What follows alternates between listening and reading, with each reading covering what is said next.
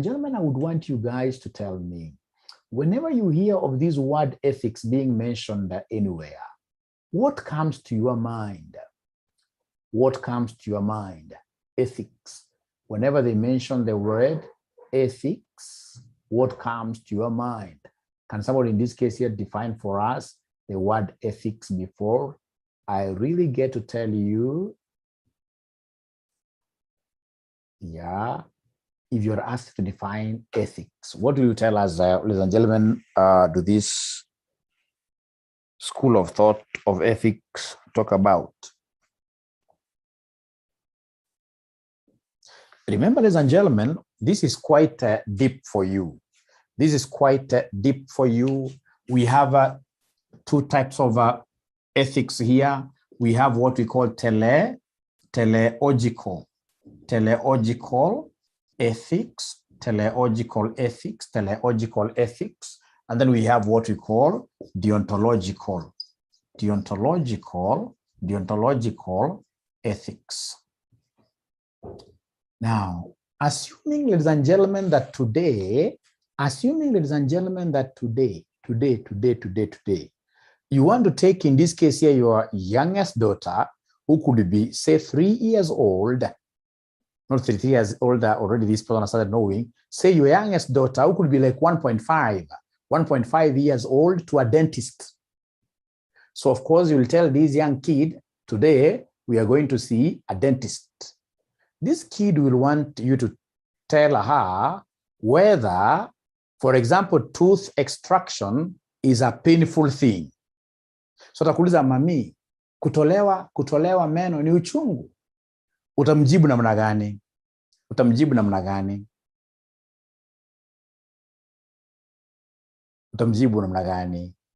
Utamwambia hapana. Now, ukimwambia hapana, is that ethical? Because for sure you know that this thing is painful. Is it ethical? Because ethics is all about being honest.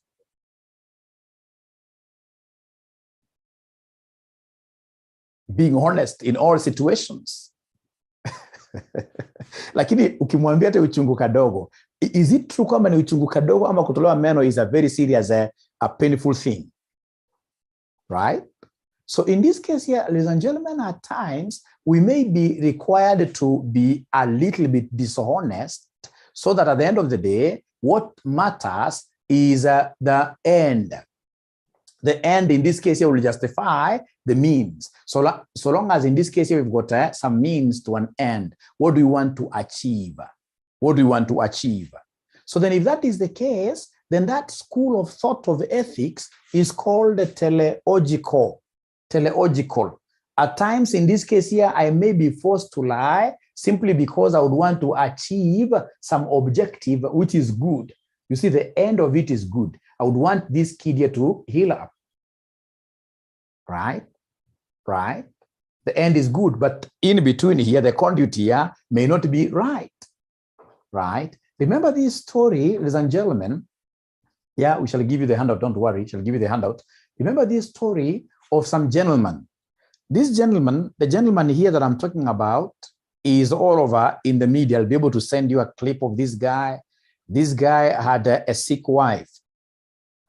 The wife had some finite number of days she could live. She could only, in this case here, elongate her life on this world if she got some specific drug. So this gentleman wanted her wife, of course, out of the love he had for the wife, wanted this wife here to stay with him for a longer period. She had cancer, terminal disease.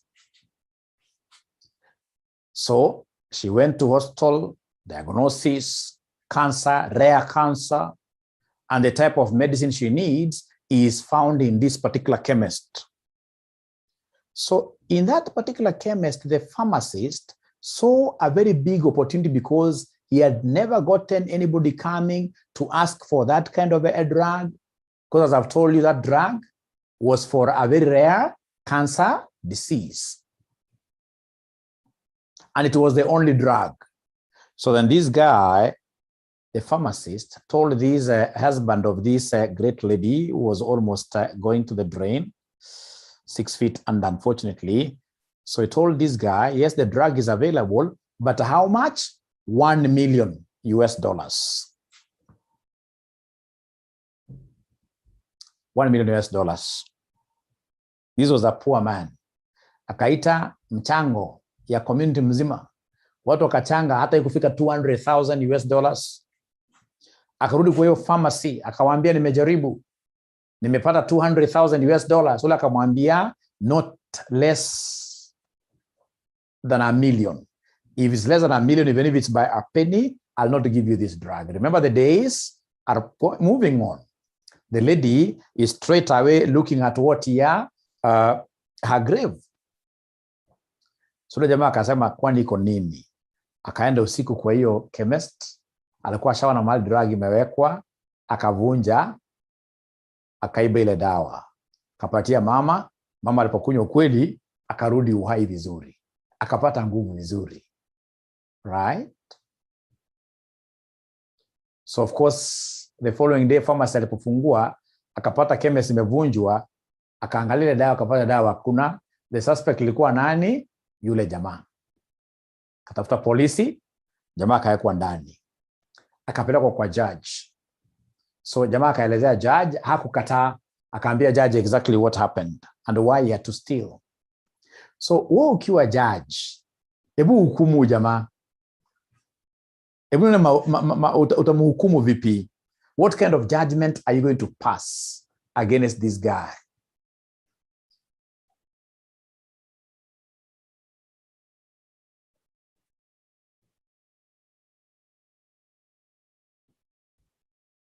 No, I said she will be lenient. But remember, he has stolen, not guilty. Has this person not stolen? Has this person not stolen? Has this person not stolen? So, all right. What at the end of the day, ladies and gentlemen, he took, but remember, he has not paid value for whatever he has consumed. Burglary. He's broken into somebody's business, right? So, ladies and gentlemen,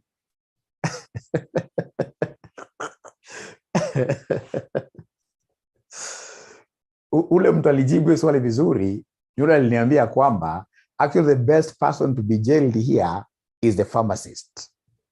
The pharmacist. Yes, the pharmacist is the one in this case here to be jailed. But now, ladies and gentlemen, listen and listen to me very well. It is the end that matters. This is the school of thought called 𝗕𝗗𝗙 ethics. The end that matters, right? In between here, I mean, we wanted this lady to be saved, right? It is the end that matters. Ladies and gentlemen, we'll come back to that story, although this is beyond your school. It's beyond your school of thought.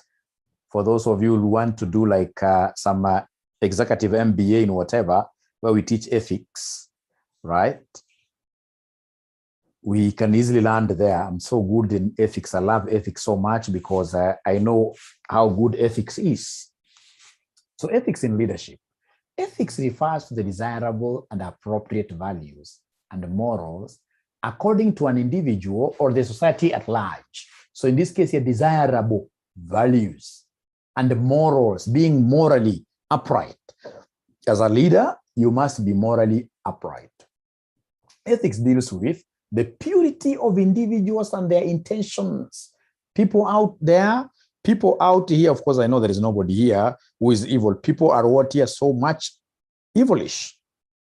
We are looking at people who are ethical, should be people in these cases and gentlemen who are so pure at heart and so nice in all their intentions. Ethics serves as a guideline for analyzing what is good or bad in a specific scenario. Correlating ethics with leadership, we find that ethics is all about the leader's identity and the leader's role. So the question is, the people you are leading, you as a manager, as a leader, the people you are leading, how will they be able to gauge you as a leader? If they are asked, how is Jenny your manager? Watasema Jenny ni mzuri sana, right? right? So it's very important, ladies and gentlemen, that we must be able to have the right identity, the right identity. We're not saying that don't be tough at your workplace, but be upright as a leader, because at the end of the day, we would want you to really have power that these people are able to come after. They will be able to listen to you. When you tell them that this is my vision, they'll be able to walk towards that vision without really fearing. Now, the most important thing is for us to appreciate the traits or characteristics of a leader who is ethical. This person must be very respectful. You respect everybody in your organization. As a leader, you must respect everybody, right? He respects others. An ethical leader should not use his followers as a medium to achieve his personal goals. He should respect their feelings, the concept of empathy. Respecting the followers implies listening effectively to them, being compassionate to them, as well as being liberal in hearing opposing viewpoints. In short, it implies treating the followers in a manner that authenticates their values and respect people. The other thing, ladies and gentlemen, you're supposed to know under leadership ethics is that you are there as somebody, you are there in this case here to serve. It is called servant leadership. This thing, ladies and gentlemen, of you getting seated in some comfy, reddish chair, swinging around all over as everyone else is working, is so wrong. A good manager, ladies and gentlemen, should be able to place their fingers at work, should be able to do something. There is no way you'll tell me that you are somewhere there, seated comfortably, and people all over are doing great things out there. Others are mechanics out there, toiling in every other day. You are telling me that because you're a leader in that good glass office, your work is just to sit there throwing orders left, right, and center. You can't be blessed. Remember what I told you from the word go under 𝗕𝗗𝗙 principle of management, 𝗕𝗓𝗙. We said every person in the organization must be a trainer, a trainee, and a doer, So you must, ladies and gentlemen, be willing to serve your subordinates. Serving doesn't mean that you don't delegate really, but you must be willing to serve. For example, when your subordinate does something and they come to you for review, don't tell them, hey, no. You need to review and they give feedback in good time. So all the things that you're supposed to be executing at your workplace as a leader, be seen to be doing them. Be seen to be doing them. And that now separates between leaders, in this case here, like the company I always talk about, the one where I work under some Swedish managers. Those guys are very ethical, right? They know what is required of them, right? They know how to ask for work to be done from their subordinates. When I compare there and other places I've worked in the past, where we have got African leaders, ladies and gentlemen, most of us, in most cases, we are so disorganized. Would expect, ladies and gentlemen, our subordinates to do everything for us, including our bag. When it comes in this case here in the evening, we've got to go home. That there must be somebody, and at times this person could be older than you, simply because he's a messenger, that this person has to carry your bag from your office to your car. No. Don't use people like you stepping on them as if they're what your mats. No, that is unethical. That's not allowed. So in this case, ladies and gentlemen, I'll tell you, that's a good question. I'll be able to tell you, ladies and gentlemen, justice. Be fair, be just. In this case here, ladies and gentlemen, be impartial. Be impartial. Ukipata watu wawili, these things happen every other day. Watu wawili wamekimbia kwa ofisi yako, your subordinates wamekimbia kwa ofisi yako mbio, wanaleta allegations hapa na pale. Please listen to all sides before you make a decision. Sasa kusema tunajua sasa wewe ni kisirani sana, mmoja unaonea mmoja. Hapana. right? We are looking for justice. We are looking for justice. Very good. Iko mwenye alibebea bag sana. That's too bad. That's too bad. That's lack of exposure. Somebody who is exposed like myself, I know that in a span of 3-4 years, I'll have some of my subordinates in some other place of work where they will be my seniors, right? You'll have someone like, for example, like Uhuru Kenyatta, Minister of Finance sometime, working below some people. After some time, this guy becomes the president, right? So if this guy was carrying your bag throughout now and he has become your president, what happens, right? So the concept of building other people, building communities is quite a nice thing for you to think of. Don't be a person, ladies and gentlemen, who destroys value. Don't be a person, ladies and gentlemen, who destroys what you value at the workplace. You're building people, you're building your staff, you're building communities around you. That is something that is right for each one of us to do. However, ladies and gentlemen, when we talk of leadership for our case here, there are things that I would want you to always remember. The ethical principles of accountants. Ethical principles of accountants, are spelled by us, or rather for us, by 𝗕𝗙𝗙.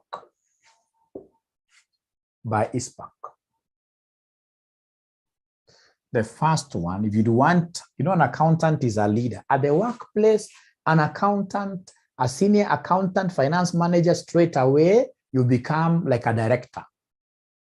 Even if you're not a director, by virtue that you are serving, you are giving information to the board. You are a senior manager. And there is a way that a senior manager should be able to behave in terms of ethics. Number one, it is all about confidentiality. This is the concept of what here? The non-disclosure of information. Non-disclosure of information to third parties. Non-disclosure of information to third parties. Ladies and gentlemen, accountants hawafai kuongea sana. Hapana. Iko wala ambapo mmekuwa accountant lakini hamkuwa mnafaa kuwa accountant because haujui accountant sio mtu kwenda kumix na watu wengi kuongea mambo mengi. Hapana. Unapata, ladies and gentlemen, kuna mwingine, for example, nakumbuka kampuni fulani kwa tunafanya kazi, anakuja tu out of nowhere anakuambia unajua so and so, mtu akuchukua advance. Atachukua advance jana, ameomba ingine leo. Angalia sasa mtu kama anaishi namna gani. Once you start hearing yourself talking like that, then know straight away that you are not meant, ladies and gentlemen, to be an accountant. An accountant, even during your burial, we should be able to bury you with a lot of secrets of the company. Lakini kwa mwingine, akiwa na kitu kadogo ni kama anawashwa. Wewe hukufaa kuwa accountant. Kama hujaambia watu 10 aufurahi. Accounting is all about what here somebody non-disclosure of information to third parties. And in case, ladies and gentlemen, you need to disclose information to third parties, there is that formal channel of whistleblowing you are supposed to follow. And that is why the Masai Mara heist never went on very well.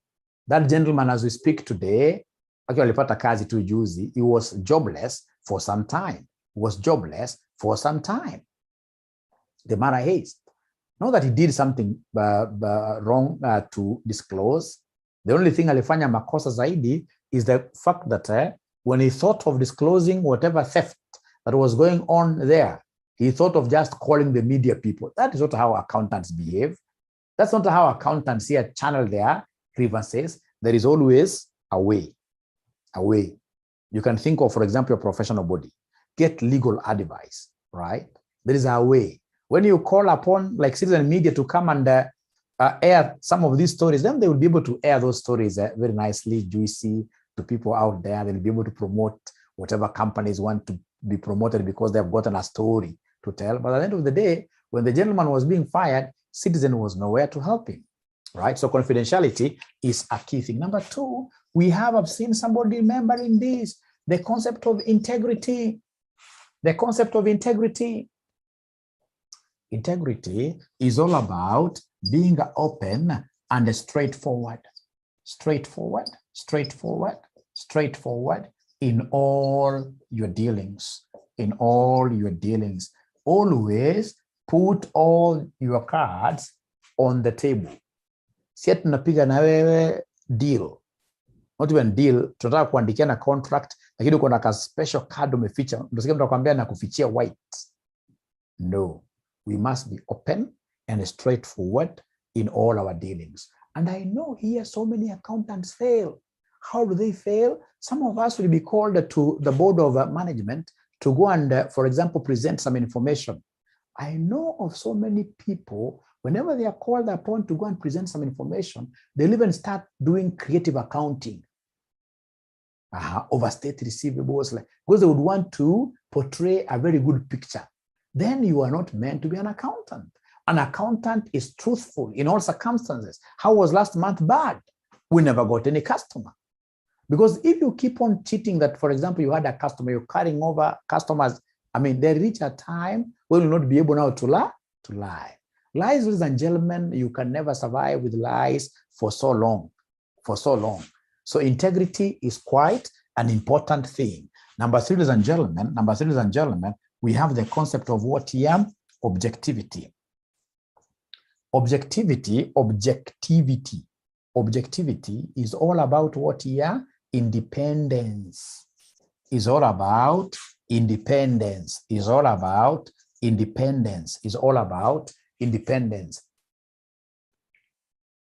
Right? Just like the example that I gave you. Ladies and gentlemen, we must exactly know that we should never try to take sides without really listening to both parties. So we must be very objective in whatever situation that we find ourselves. We must be very objective in whatever situation that we find ourselves. We are independent. When you are independent, ladies and gentlemen, it means that your pendulum can swing to either side depending on the evidence that is provided to us. The evidence. So it's evidence. Call upon witnesses, etc. So it means that if I get good evidence suggesting that this particular party never, so my pendulum should be able to swing there. So it's free. It's free. So I must be very objective in whatever that I do. Right? In whatever that I do. Right? Number four, I saw somebody talk over professional behavior. Professional behavior. That is what we call professional behavior. Ladies and gentlemen, remember, the way you behave as a leader in that company of yours should be in a way that at the end of the day, we shall have even the other leaders' credibility going up. People know that leaders of this company are good. How do we behave? Here, so many leaders down. So many leaders, ladies and gentlemen, they do not know in this case here how to handle what we call emotional. They don't have this emotional intelligence. They are not intelligent emotionally. Right? Hapa kuna a lot of misbehavior at the workplaces. Kwanza kwa universities ambazo nimefunza, misbehavior 100%. But the fact that you are a senior, for example, a senior gentleman somewhere, so you believe that any other lady who is around there should be yours. That is misbehavior. That's misbehavior. You need to know. Emotional intelligence is something that is quite important. Look at what, for example, is happening to the Nshu brothers. Makosa kidogo tu, kutojizuia kidogo tu. Now the guys will be reduced to nothing. Right? And what are you chasing after all? How you behave here is so important. Don't discredit leadership in your organization. Now, this thing that I'm talking about, do you normally see it at your workplace, or I'm speaking my own things here? The thing that I'm talking about. You also know that there are some ladies also who are not very good, but the thing that I'm talking about here, is it there at the workplace? They're quite embarrassing, right? Quite embarrassing. Quite embarrassing. It puts you at a very compromising. How will you be able to continue leading now that lady after she tells you no? And maybe even goes ahead and escalates the matter. How will you look like? Right? Unfortunately, the kind of people, unfortunately, who do these things, again, are like us, married people. But we shall overcome. We shall overcome. We shall overcome. We shall overcome. Now, once you are a leader, remember, behavior is not about just sexual exploitation and predatory. No. Once you are a leader, ladies and gentlemen, there are things you need to start straight away running away from. Even these petty issues of what here? Corruption. Even if your juniors are doing them, wewe waachana na hiyo maneno kabisa. Ati mtu amekuja namna hii anakudunga ka 50.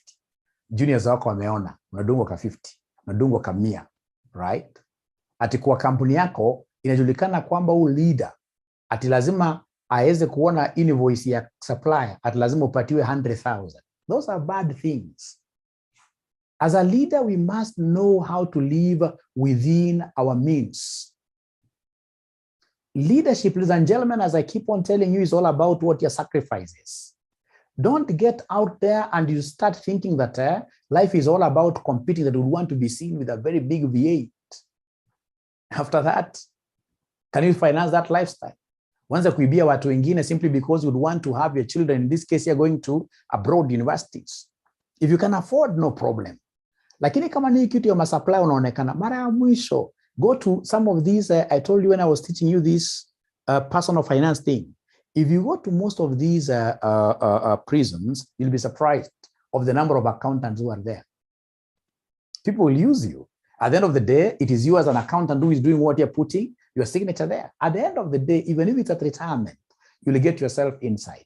Let everybody know that this person is a straightforward person. Don't misbehave. When you misbehave in such ways, ladies and gentlemen, straight away you are discrediting the entire organization. Let not you be known on issues of corruption. Ladies and gentlemen, most of these things I'm about to pursue in this world, they are vanities. When I was teaching you personal finance, tuliangalia nyumba ya tuju. Mnakumbuka iko mwanafunzi hapa ameshaona nyumba ya tuju kweli?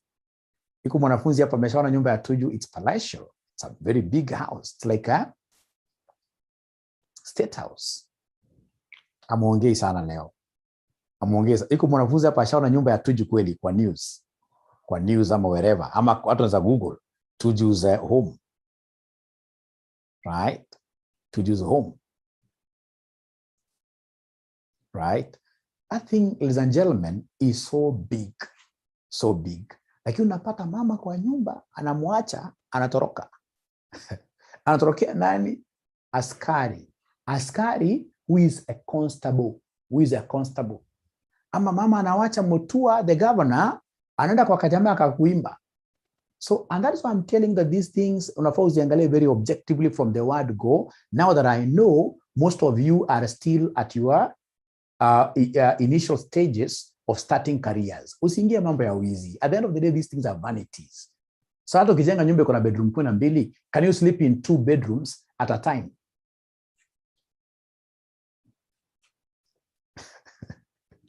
Can you sleep in 2 bedrooms at a time? No. No. No. No. Not possible. I'm telling you, I've got some other kind of, exposure, which will never make me to think of stealing. Right? Right? Ukienda kama kwa golf club. Unakuta si mmefanya, for example, mmefika hole number 9. Hole number 9 halfway, kama ni 18 hole golf, mnasimama pale na wazee. Sasa si pale maybe wameorganize buffet, depending on, for example, if it's this Barclays thing, golf tournament, wameorganize buffet. So pale kwa buffet, of course mimi ni amateur golfer, I've just begun. So pale unaona wale matajiri kifika ile buffet, jamaa samaki anasema hii samaki kwa umbali anaangalia vile iko na mafuta. Anaangalia ingine anakata hiyo vitu karibu zote hataki. Anaita chef kando anamwambia taka hapa ni katikati ya kichaka, please chukua samaki moja sijui mtatoa wapi, mniboilie tu normal. And this is a multi-millionaire. Na sasa hivyo unakuta on the other side kuna jamaa mmoja hapa kwa Kibera anakula sahani ngapi ya githeri? 3. Na baada hapo baadaye anatembea hivi akule tena motura. And the guy is very happy. So at the end of the day, between these guys, for example, anaishi Karen, na anaishi Kibera, kusema ukweli, na ana enjoy life.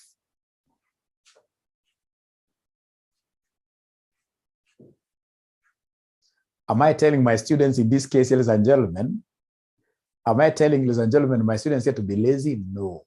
The only thing that I want you guys to start knowing that it is okay to just be contented with whatever you are getting. It's okay, right? It's okay. You don't have to steal anybody's money, right? Unaenda, for example, unapata daktari. Daktari ameshaona huyu mtu kabisa anaenda kupata, ameenda kufa. Huu ni cancer case, ni very advanced, stage 4. The same doctor ameshaangalia hii hali ya huyu mwanaume ama hali ya huyu mama ni maskini huyu. Lakini the same doctor anatake ignorance ya family. Anajua stage 4 kuna mahali mnaenda, anawaambia sasa tubook huyu mgonjwa HDU, high dependency unit. Hata ule mbaya zaidi anawaambia tumbook ICU, right? Yule mgonjwa of course ICU namna hiyo, unasikia bill mara mwisho imekuwa 4 million. Is that ethical? Na ukiangalia vizuri kwa hiyo bill, unaona the doctor's fee hata ni kama 50%. Na yuko background ametoka aonekani, mtu anaonekana hapa ni hospitali kidai pesa because lazima idai pesa mpaka yule daktari. And you are a leader. And you think in this case you will be alive for so long to continue eating. Right? So as a leader, if you would want to really be respected, professional behavior is a key thing.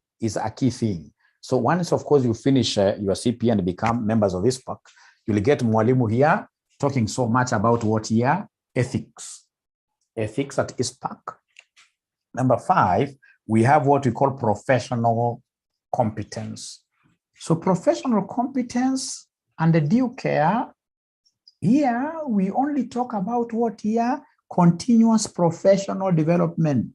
Hapana enda kuwa manager, hapana enda kuwa leader ambao ni malenge. Lazima ukuwe unasoma. You must strive to be ahead of your, of course sometimes they could be better than you in many aspects, but you're also supposed to be good in some aspects than them. So you must engage, ladies and gentlemen, in continuous professional learning. Even after you clear your CPA as a leader, every year, there must be something new you study. Every year, after you clear these things, for example, you have masters, etc. Start studying some of these more small, like you can do a foreign language. Have something that disturbs your mind in terms of learning. So I hope, ladies and gentlemen, these ethical issues are okay now. I hope you'll be able to find your own way of even explaining them better. Can I move on to something different, ladies and gentlemen? Can I move on to something different, ladies and gentlemen? Yes.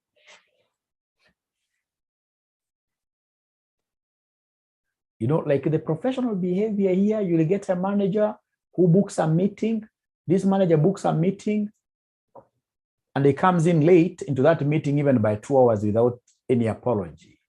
And you think that you've done something that you deserve people to clap for you. You'll pay for that dearly.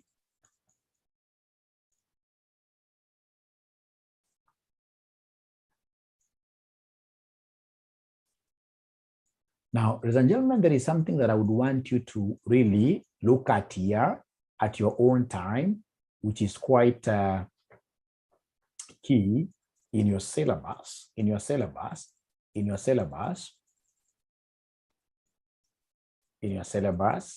this concept of conflict resolution.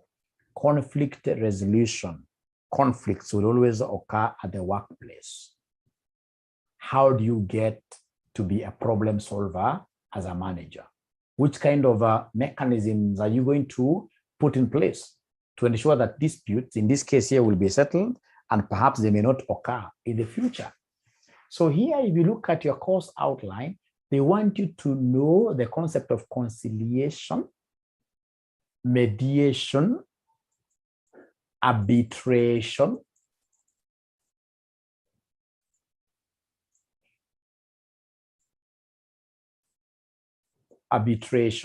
and the negotiations. Yes, negotiations. So I would want you to take a minute and tell me, ladies and gentlemen, what is the difference between arbitration? What is the difference between arbitration and the mediation? You must have heard of these terminologies out there. What is the difference between arbitration and mediation? Please, even if it's Googling, I want to hear this from you. Arbitration and the mediation. Arbitration and the mediation. Because remember, it's conflicts between many parties. Perhaps in this case here, there is land that has been sold by one person to two different groups. And now they have come to you for advice. Do we go for mediation? Do we go for arbitration? What is the difference between arbitration and the mediation? Please Google, and then we try to see whether we can understand this in our own way. In our own way, what is the difference between arbitration and mediation?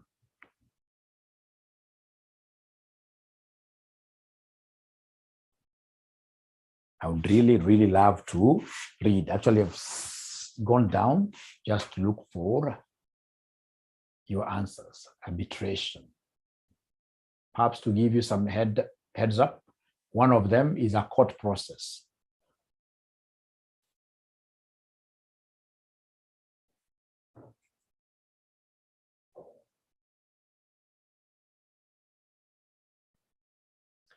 Very good, very good, very good.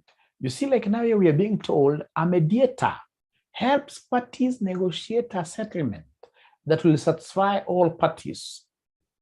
A mediator does not decide a dispute. But when it comes to arbitration, an arbitrator is a judge. An arbitrator is a judge, ladies and gentlemen. Arbitration is more like a court out of what here, out of our judiciary.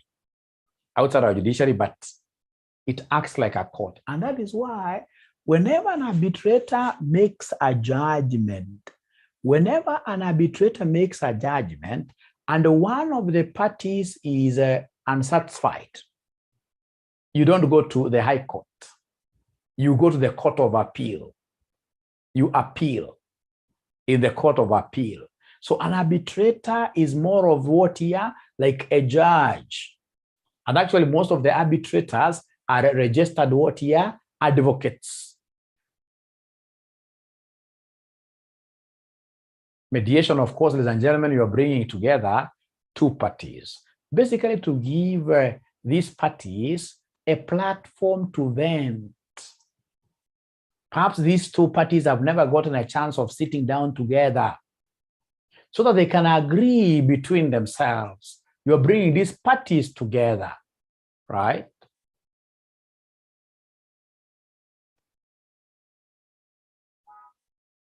So at the end of the day, the mediator will not really be, whatever conclusion which will be written there, which at the end of the day will be like also a contract, right?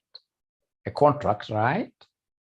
It will not be a resolution of the mediator. It's not the mediator who has given that judgment. No.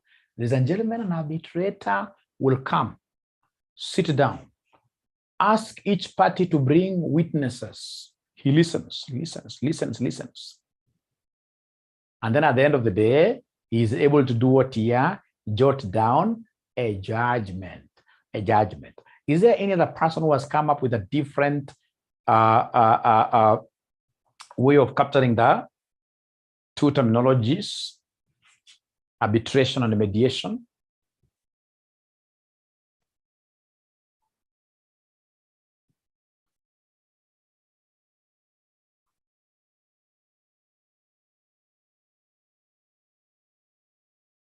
But they don't get so much tired. You'll be surprised.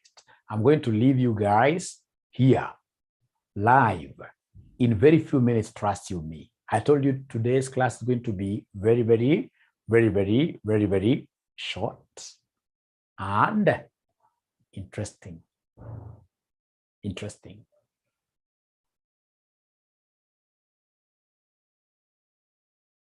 I'm not getting anybody giving me, yes, a mediator does not decide the dispute. I like that.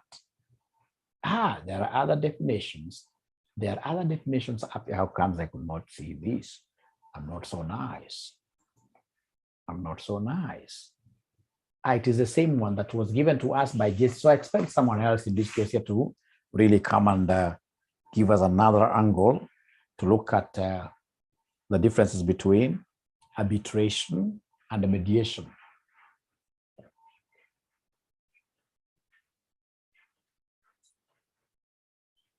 Arbitration and mediation.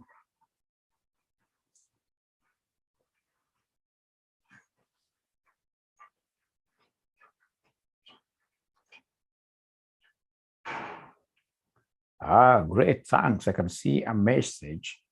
I can see a message. Now, this thing is all about, like I showed you yesterday, it's all about having a broad and a deep understanding. Once you have a broad and deep understanding, then things will be okay. Things will be so much okay. So you're being told here by somebody, arbitration is a formal process and can follow similar procedures to court proceedings, where witnesses can be called and evidence can be presented to argue the parties' respective cases.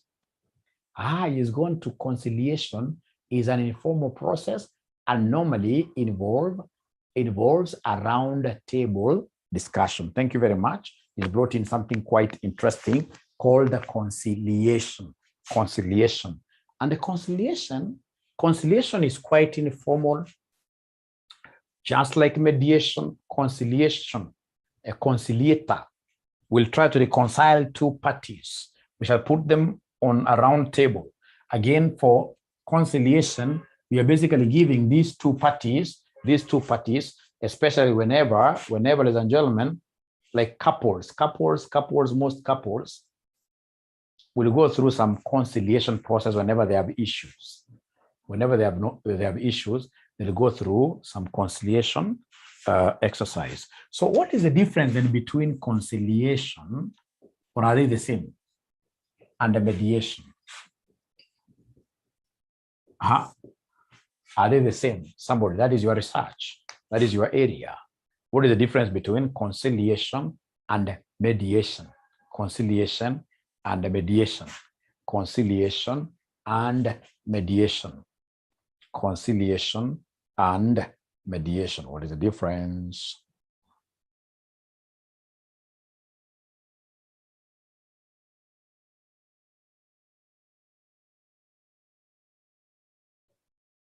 Please do your research. Conciliation and mediation.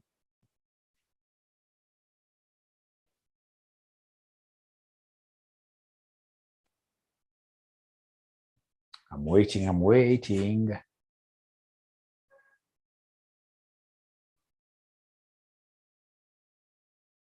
reading here that mediation is the process of resolving issues between parties where third party assists them in resolving dispute, where a conciliation method in which an expert is appointed to settle dispute between what here parties.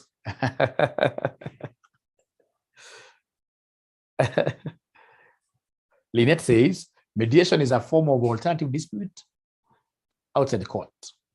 Conciliation is a form of alternative dispute resolution method. It's a process of settling of dispute without litigation. It's an informal process. both the disputed party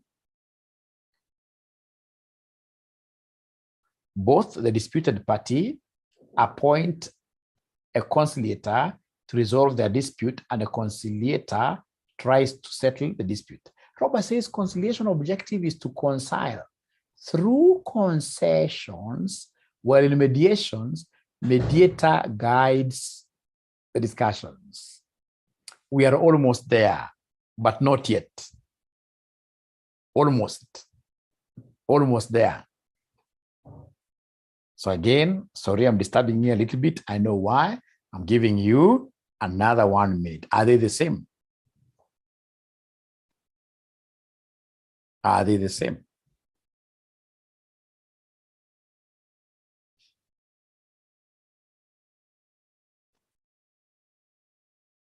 There's really a very thin line between them.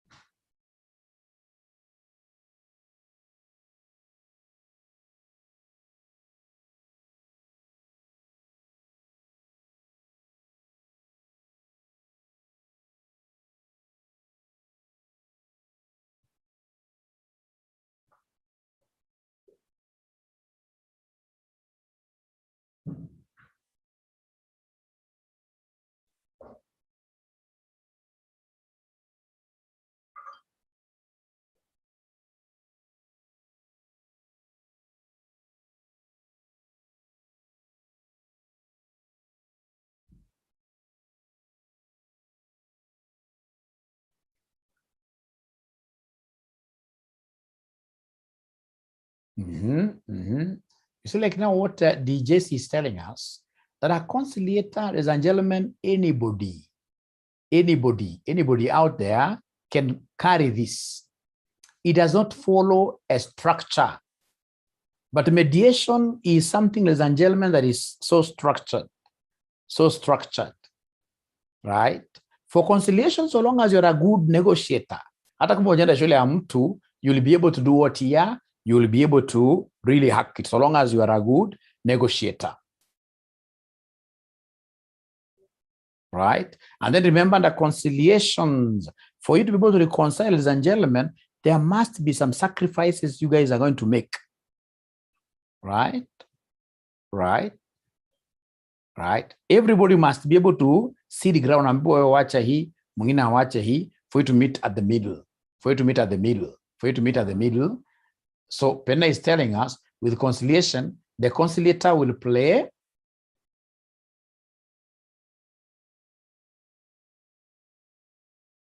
very good. You see, conciliation, ladies and gentlemen, is all about being able to tell each of these parties here to see the ground. Where by the time in this case here we are coming to meet here at the round table, it's like we have already accepted. Right? But you see, mediation and arbitration are quite similar as well. Because under mediation, ladies and gentlemen, we're going to put these two parties together. Right? Only that arbitration is a high level. Whatever you agree there, at the end of the day, the arbitrator will be able to provide a judgment. So as Robert is telling us, ladies and gentlemen, mediation shall be meeting the two teams together. Actually, the mediator should be seen to be very impartial. Lakini ya conciliator tunamjua ni kama ule wa ile game theory. Conciliator tunajua ameenda kuula akamwambia ule bla bla bla. Ameenda kwa wala ka negotiate now kando.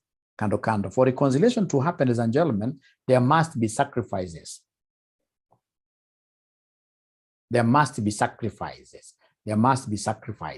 So I've already given you the handout. Ningetaka sana muende musome hiyo handout on those areas. I hope I've shed some light ambayo itaweza wasaidia katika understanding.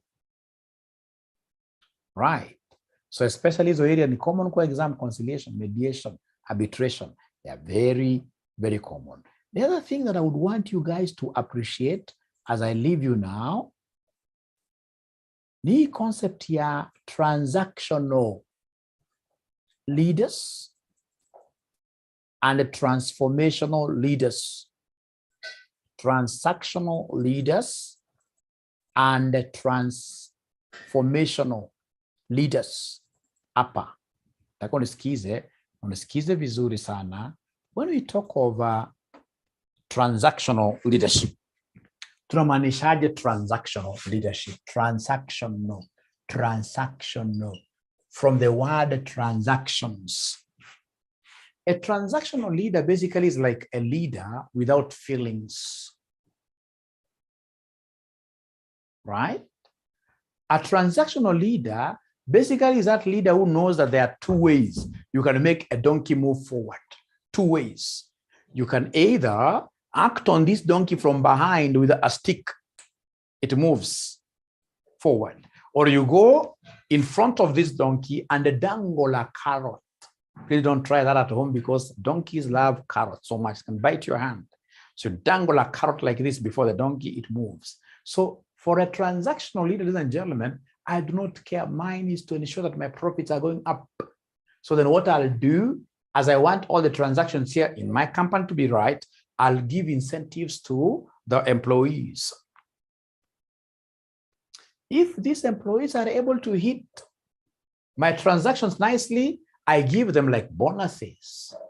If they're not able to hit my targets, I punish them. To me, it is transaction that is everything. I want all my transactions to be right. Most football coaches are transactional leaders. Football coach anakuambia ukiscore ama ukicheza mpira vizuri, anakuambia for example utapata this bonus. Ukiharibu game, for example uende kwa any football game, mahali kuna coach strong, ati wewe uende ushike mpira na handball. ufanye in this case your team will lose because of a handball. No matter what they'll do, they really punish you. Watakuweka bench masiku mingi sana. Au mwingine anakuambia fanya sit-ups, maybe 100 to punish you. These are transactional leaders because to them, it is the end that matters. To them, they're not looking at, we have got people being involved here, right? It is the end. Hata kama utatoa damu, so long as the transactions are right, tukupatie zawadi yako, hata kama utakufa in the process, the end justifies the means. That is a transactional leader.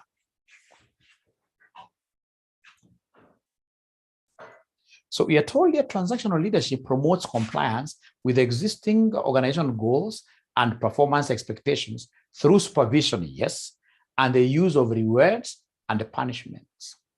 Transactional leaders are task and outcome oriented, especially effective under strict time and resource constraints and in highly specified projects. This approach adheres to status quo and employs a form of management that pays close attention to how employees perform their tasks.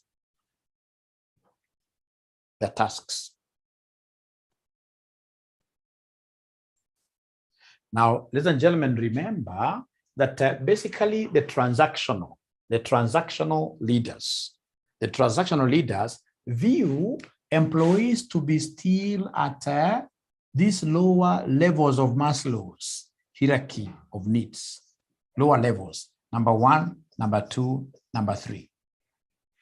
They think that these guys are only motivated by the first 3. So when you give them money, they'll be able to think about what your shelter, protection, right? Safety needs. They need to be loved, right? Transactional. But now when we talk of transformational leaders, ladies and gentlemen, we know that now our people are operating in these 2, right? The concept of what here esteem and what here self-actualization. When you are at self-esteem and of course a self-actualization up there, you are no longer looking at money. It is not money that will be able to tell you what to do. No, someone will be able to give you 2 million and tell them, no, I don't want that money. So, and a transformation is all about what vision do I have? It's all about being able to sell your vision and get people supporting you without giving them any money. So, on a transformational leadership, like we have Barack Obama, anasema, yes, we can. How many people fought for the yes, we can slogan? They were able to see it clearly. Right? In Kenya here, is there any person, you guys amongst all leaders, you'll be able to say he's a transformational leader? He comes up with ideas and people are able to follow really through without using money, or rather, even if they use money, you know, when we talk of transformational leadership, it doesn't have to be like leading people to the right direction. Like Hitler was a transformational leader because he came up with an ideology and the people were able to follow him blindly to their deaths.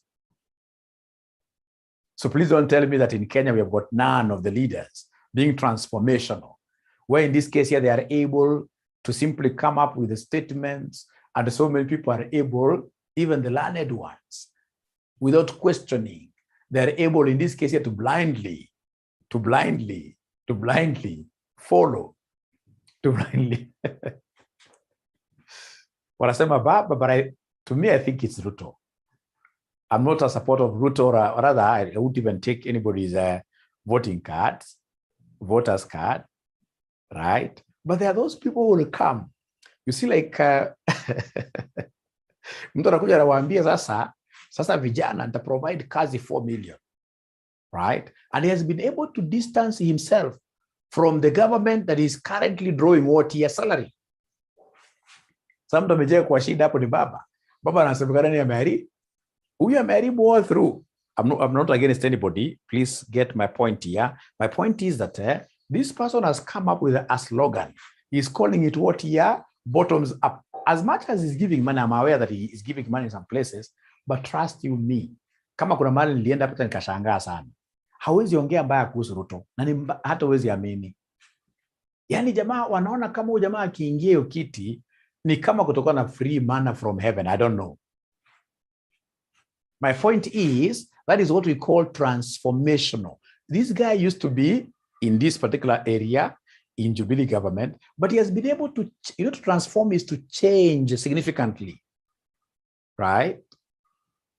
Right? He's been able to change himself, and of course, ladies and gentlemen, distanced himself from this particular thing that is going down to a level again where people are able to praise him, meaning that he'll be able to get, I don't know,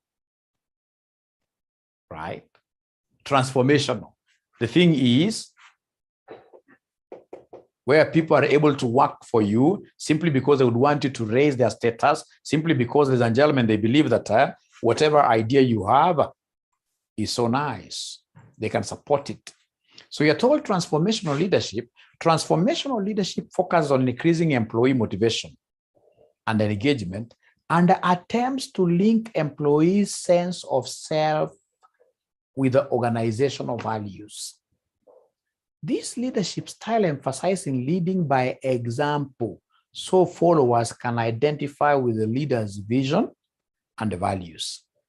A transformational approach focuses on individual strengths and the weaknesses of employees, and on enhancing their capabilities and their commitment to organizational goals. I'll be able to get, ladies and gentlemen, a better description for this. Let me see whether it's here.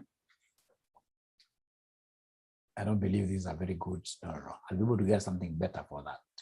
So that is one thing that I would want you even to go and help me in this case here to do what here?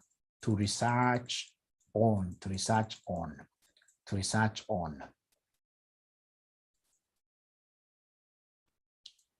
Great. So I think having covered that, ladies and gentlemen, I would need one more session for me to be able to clear this, and of course, be able to move on to the next session. I believe, ladies and gentlemen, we have covered what is enough for you today. What I'll do, I owe you a few minutes here. I'll be able to even shoot a video regarding this and send it to you. It's about quality. It's not about quantity. Otherwise, thank you very much. Bye-bye. See you tomorrow for advanced financial management. Bye. Good night.